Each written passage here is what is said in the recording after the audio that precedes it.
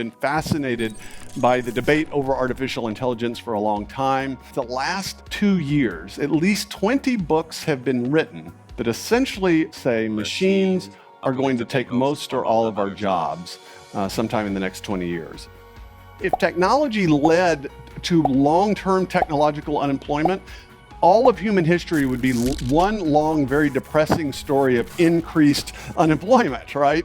This basic story of economic history is that we innovate, we make obsolete, and then we find new things and more interesting things to do in many cases. How do we prepare for this? How not to be replaced by robots? So we focus on our comparative advantage. The essence of the information economy is the profusion and increase in the production of useful and value-creating information. And intelligent agents have an exclusive jurisdiction on the creation of that kind of information.